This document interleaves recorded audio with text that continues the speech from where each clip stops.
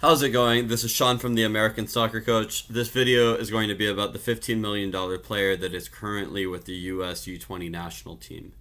And what I mean by that is a player that I see projecting to be worth over $15 million, and I see a club paying $15 million for his services one day.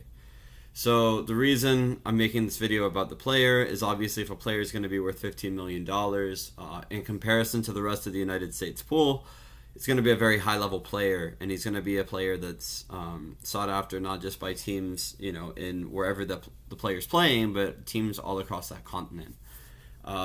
This is a Champions League level player. Not now, but in the future, I think I see this. So in this tournament, I'm looking for, in terms of individual development, I'm looking for what makes a player stand out, right? So if a player is consistently a 7 out of 10 in all their attributes, it's a good player, they'll have a good professional career, but there's nothing that makes that player special. So I'm looking at what can make a player special, okay? And I've seen 4 or 5 moments from this player that I don't know how many players in our full national team pool would be able to make these plays. And I'm not talking about the U20s, I'm talking about the senior national team as well. So without further ado, the player to me is Alex Mendez. And again, Alex had moments in the Ukraine game and the Nigeria game, especially the passes, where he would play a ball in between the right back and the right center back to an on-running winger, or a quick little feint, or a 30-yard through ball, or just little moments where you don't see a lot of players at this age level able to do that.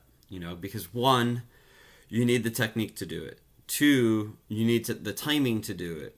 You need the correct weight of the pass. You need to have the vision to see it. So there's a lot of things that go into these kind of passes. The creativity to do it. And to accomplish this multiple times, not just a one-time thing where he got lucky or maybe he just had a good eye for the pass, but this is something he's done 4 or 5 times in this tournament already. So he's consistently done it. He hasn't got it right 100% of the time, but he's shown that he can do this multiple times with these kind of passes. So the other thing to me that makes Alex a very special player, and I was thinking about this, because Alex could line up as a box-to-box number 8, or he could line up as a number 10. How many number 8s or number 10s in world football can make the final pass and have that creativity, and also are deadly finishers outside the box? There's not that many that can do both. Because Alex can strike the ball from 30, 35 yards out, either on free kicks or when the ball's moving regularly, with power, with curve, with accuracy. But he's also capable of playing that final ball. I think he's actually looked better in this tournament, more as like a number 8 than he has a true number 10. Like in the Qatar game, obviously he didn't do as much. But I think from that deeper position, he's obviously able to get those long shots off as well as play these through balls to the wingers and the forward. So the combination of being able to make that final pass and having the creativity to play that ball, as well as the ability to be lethal on set pieces and to shoot the ball from distance if somebody gives you, time and space from 30 yards out, makes a player, those are things that Alex has that make him special. And we don't have, again, how many players in our full national team pool can drive a ball like that from 30 yards out? There's not many. I don't know if there is another one, to be honest. And we're talking about an 18-year-old kid. So you can only, if he continues to work hard and his club situation's good, you can continue to see.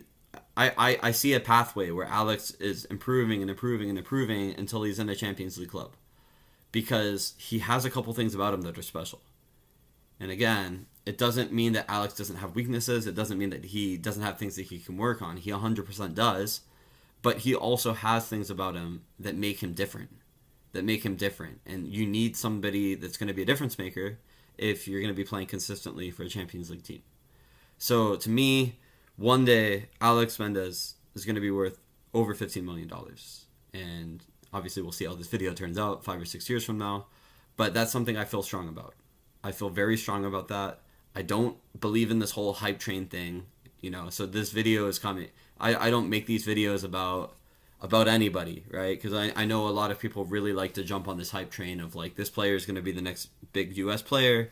I don't really believe in that. So if this, I mean, I'm going to give you my word on this. Now, obviously, I don't know if it's going to actually happen, but I'm actually saying this not to go on the hype train. I'm saying it because I genuinely believe it.